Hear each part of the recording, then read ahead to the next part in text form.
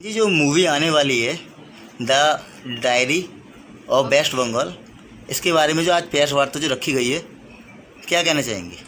देखिए, अलीगढ़ की जो धरती है ये अपने आप में बहुत बड़ी कंट्रोवर्शियल धरती रही है। जो विषय हम लेकर के इस मूवी में चले हैं उसका एक जीता जागता उदाहरण जो है अभी रिसेंटली आपने देखा है, जो बांग्लादेश में जिस तरीके से हिंदुओं और सनातन पर अत्याचार हो रहे हैं और हमारी बहन बेटियों के साथ जिहाद के नाम पर या सिर्फ काफिर हिंदुओं के साथ काफिर होने के नाम पर उनका कत्लेआम मचाया जा रहा है। इस परिदृश्य को दर्शाते हुए पश्चिम बंगाल में हो रहे आतंक को दर्शाया गया है इस मूवी के माध्यम से।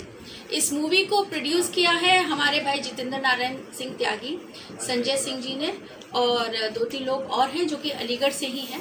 तो गर्व की बात तो ये है कि ऐसे विषम समय में जब लोग बहुत प्रोफेशनल हैं या जो भी हिंदुओं के लिए आवाज़ उठाता है उसको जेल में डाल दिया जाता है या केस लगा दिया जाता है, ऐसी परिस्थिति में भी जिन लोगों ने इतनी हिम्मत की और इस मूवी को बनाया, 30 तारीख को ये सिनेमाघरों में आ रही है। आज उसकी पोस्टर लॉन्चिंग की गई और साथ में ट्रेलर रिलीज भी किया गया। माँ बगलामुखी के मंदिर से इसलिए किया गया क्योंकि हमारे सनातन में जब आपदा विपदा विषम हो जाती है या कहे अति से भी ऊपर हो जाती है तो ब्रह्मा विष्णु महेश भी स्वयं माँ की शरण में जाते हैं।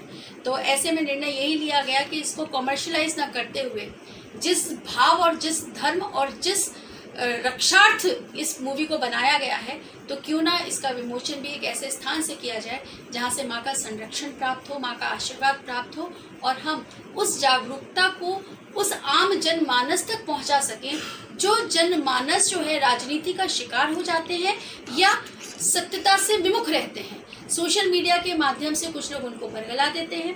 हिंदुओं और सनातनों के साथ किस कूटनीति और राजनीति के तहत उनको शिकार बनाया जा रहा है और कितने आराम से उनको हलाल किया जा रहा है, इस बात से अनभिज्ञ होकर के वो लोग जो है जिहाद का शिकार हो रहे हैं या फिर अभी जैसे आपने जयपुर में देखा, राजस्थान में देखा, बांग्लादेश में देखा, आप इस समय विदेशों में के भी जो हाल देख रहे हैं उसका जो शिकार हो रहे हैं, उनसे हम उनको बचा सकें।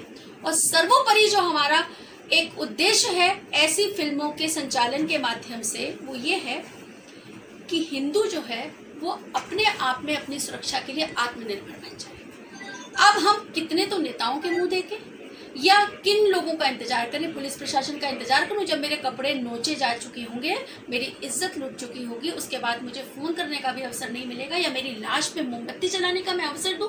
अब वो समय नहीं है। अपनी आत्म सुरक्षा हेतु महिलाएं, हमारी बेटियां, हमारी बहनें अपने आप को शस्त्र और शास्त्र के साथ सुदृढ़ कर लें। इजराइल से सीख लेते हुए जो है हमारे युवा सैनिक बन जाएं और हमारी बेटियां भी सैनिकीकरण में जाएं और अब नरसंहार करने में पीछे ना हटे। इस नरसंहार को मैं यहाँ पर कहना चाहूंगी, नरसंहार का मतलब ये नहीं है कि मॉब लिंचिंग करें, परंतु अपनी आत्मरक्षा के लिए और अपनी सुरक्षा के लिए हथियार उठाना पाप ना होगा। गीता के उपदेश का अनुसरण करते हुए और इन मूवी से जागरूक बने और चेतनते होकर के अपने धर्म की और अपने परिवार की रक्षा करें। जैसे बंगाल में ममता बनर्जी की सरकार है और वहाँ एक महिलाओं के साथ में जो उत्पीड़न हो रहा है, क्या कहना चाहेंगे आप? यही तो अति दुख की बात है। आज बेटी तो चली गई, कितनी कैंडलें जला लोगे आप, कितना न्याय दिलवा लोगे? 2 दिन होगा उसके बाद सब शांत है। कितना मुद्दा उठा, कितने लोग अंदर चले गए। मुझे तो ऐसा लगता है कि जितना भयावह ये दृश्य था, जितनी गंदी तरीके से ये किया गया, मैं कठोर तो जरूर बोल रही हूँ, जिस कपड़ों में हूँ वो कठोर वाणी के लिए उचित भी नहीं है, परंतु महिला भी हूँ और महिला के साथ माँ बगलामुखी की भक्त हूँ। तो ऐसे में माँ ने भी काली रूप ले लिया था।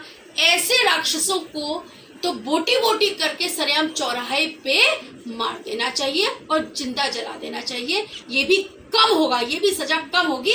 ये मेरा अपना भावनात्मक परिदृश्य है, परंतु दुख की बात तो यह है कि संवैधानिक तरीके से भी हम अभी तक उनको प्रॉपर दंड दे पाने में असमर्थ हैं। इससे बड़ा दुर्भाग्य हिंदू बेटी के लिए क्या। ऐसा ये जो फिल्म जो बनाई गई है, इसके जो डायरेक्टर थे इन पर भी मुकदमा, हाँ जी, आपकी ममता बनर्जी ने ही इन पर केस किया था। तो इसके बारे में क्या कहना चाहेंगे?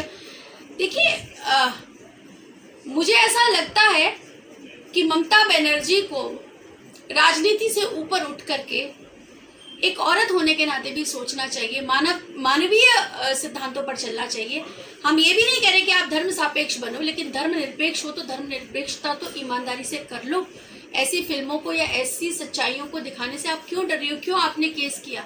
वेस्ट बंगाल की सच्चाई तो सबके सामने आनी ही चाहिए। जब कश्मीर की आ सकती है, केरल की आ सकती है, तो क्यों ना वेस्ट बंगाल की आए। और जो भी कृत्य हो रहे हैं उसको सहजता से स्वीकार करिए और अपनी नाकामी को स्वीकार करते हुए आप यदि इस पर कुछ एक्शन लेती हैं तो ये आपका इसमें भलमनसाही होगी, आपकी वाहवाही होगी। लेकिन गलत कृत्यों को छुपाना या दबाना या ऐसे केस करने से अब वो हिंदुओं की आवाज़ रोक नहीं पाएंगी। ऐसा मुझे उनसे, ऐसे कृत्य से मुझे उनसे बहुत निराशा भी है। और यही कहना चाहूँगी कि आप एक खुद महिला हैं, आप एक खुद देवी का स्वरूप है, क्योंकि भारत में पैदा हुई हर बेटी जो है वो देवी स्वरूपा है। तो आप उस देवी स्वरूपा में उस जो हालात हो रहे हैं, ये तो एक बेटी का सामने आ गया, न जाने कितने लाखों की संख्या में मेरी बहन बेटियों के साथ वहाँ पर जिहाद के नाम पर उनका जो है इज्जत लूटी जा रही है, ब्रूटल हो रहा है, परिवारों का पलायन किया जा रहा है। ऐसे में उनको राजनीति से ऊपर उठ करके ऐसा काम करना चाहिए जो इतिहास उनको याद रखे। विधायक जी, आज जो प्रेस वार्ता जो रखी गई थी, किसका क्या मेन उद्देश्य क्या रहा है? देवी माँ बांग्ला मुखी के चरणों में नमन करते हुए, दीदी अन्नपूर्णा दीदी को प्रणाम करते हुए मैं बधाई देना चाहूँगा कि युवाओं से जिस तरह से हमारे सनातन धर्म पर समय समय पर जो कुठाराघात किए गए, उसमें वर्तमान परिस्थिति में, वर्तमान परिदृश्य में अगर देखा जाए तो जब बंगाल डायरी के माध्यम से, द बंगाल डायरी के माध्यम से जिस तरह का हिंदुओं के अधिकारों पर, हिंदुओं के समाज पर कुठाराघात करने का प्रयास पूरा पश्चिम बंगाल में, वेस्ट बंगाल में चल रहा था, उसको लेकर जो एक मूवी में आम जनमानस के सामने जो परिस्थिति लाई गई है, जो स्थिति लाई गई है, उसके लिए अपने दीदी अन्नपूर्णा जी को और इसके जो भी अपने राइटर हैं, डायरेक्टर हैं, उनको बधाई देना चाहूँगा कि केवल बंगाली नहीं, बंगाल के निकट ही आपने देखा बांग्लादेश का जो घटनाक्रम अभी रिसेंटली घटा, वहाँ केवल और केवल हिंदुओं को टारगेट बनाना, सनातन धर्म को टारगेट बनाना अपने आप में मैं समझता हूँ इतना दुर्भाग्यपूर्ण है कि हम सब लोग मिलकर आगे आने वाला जो समय है हमारे लिए कितना चुनौतीपूर्ण होगा, उसका अगर आगाज़ देखना है तो द बंगाल डायरी में देख लीजिए, द कश्मीर फाइल में देख लीजिए, या अन्य जितने भी समसामयिक विषयों पर हमारी देशभक्ति के जितने भी हमारे रचनाएं हुई हैं या प्रस्तुति हुई है या फिल्मों के माध्यम से उन्हें चित्रण किया गया है, हकीकत में देखा जाए तो इससे भी भयानक परिदृश्य वहाँ के हिंदू समाज से गुजर रहा है। मैं मांग करता हूँ अपने केंद्र सरकार से भी कि जिस तरह का बांग्लादेश में घटनाक्रम घटा, वो घटनाक्रम हमारे आगे के भविष्य के लिए बहुत चिंतादायक है, बहुत ज़्यादा कठिनदायक है। और बंगाल में भी, वेस्ट बंगाल में भी जिस तरह का घटनाक्रम लगातार घट रहा है, तुष्टिकरण की नीति को बंगाल सरकार जो अभियान दे रही है, उसके भी आगाह करना चाहूँगा, बंगाल सरकार को भी आगाह करना चाहूँगा, उस तुष्टिकरण की नीति को छोड़कर सनातन धर्म में जन्म लेने के बाद सनातन धर्म पर कुठाराघात करना, केवल वोट बैंक की राजनीति करना, ये कोई सनातन धर्म की परंपरा नहीं है। और हम सब लोग मिलकर एक अच्छे सनातन धर्म को मजबूत करने के लिए हम सब लोग जुट जाएँ। हिंदू समाज में जहाँ भी आक्रमण हो रहा है, जहाँ भी कुठाराघात हो रहा है, उसके लिए हम सब लोग जागरूक हो जाएं और उनको इतनी शक्ति दें, उनके मन को इतना मजबूत करने का हम सब लोग काम करें। जैसा काम द बंगाल डायरी के माध्यम से, द कश्मीर फाइल के माध्यम से, अन्य प्रेरणादायक फिल्मों के माध्यम से जो सनातन धर्म पर आक्रमण का एक चित्रण किया गया है, इससे हम सबको बहुत ही जागरूक होने की ज़रूरत है और अपने समस्त हिंदू समाज को अपनी हिम्मत देने की ज़रूरत है, उनको स्वाभिमान के साथ जीने के तरीकों की ज़रूरत है। उस समय हम सब उनके साथ हैं।